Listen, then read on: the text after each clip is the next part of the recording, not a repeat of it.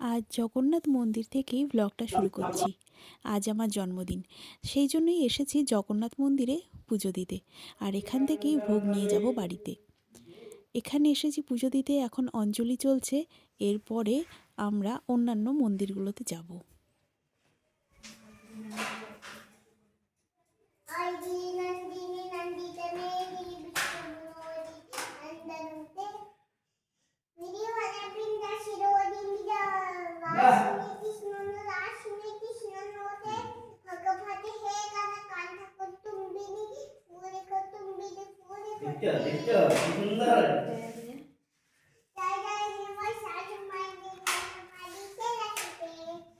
কোথা থেকে শিখলে?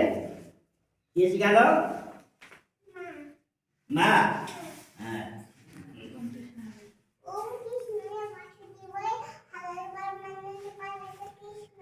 এটা কে শিখালো? এটা কে শিখালো? খুব ভালোভাবে পুজো সম্পন্ন হলো। এবার যাব অন্যান্য মন্দিরে।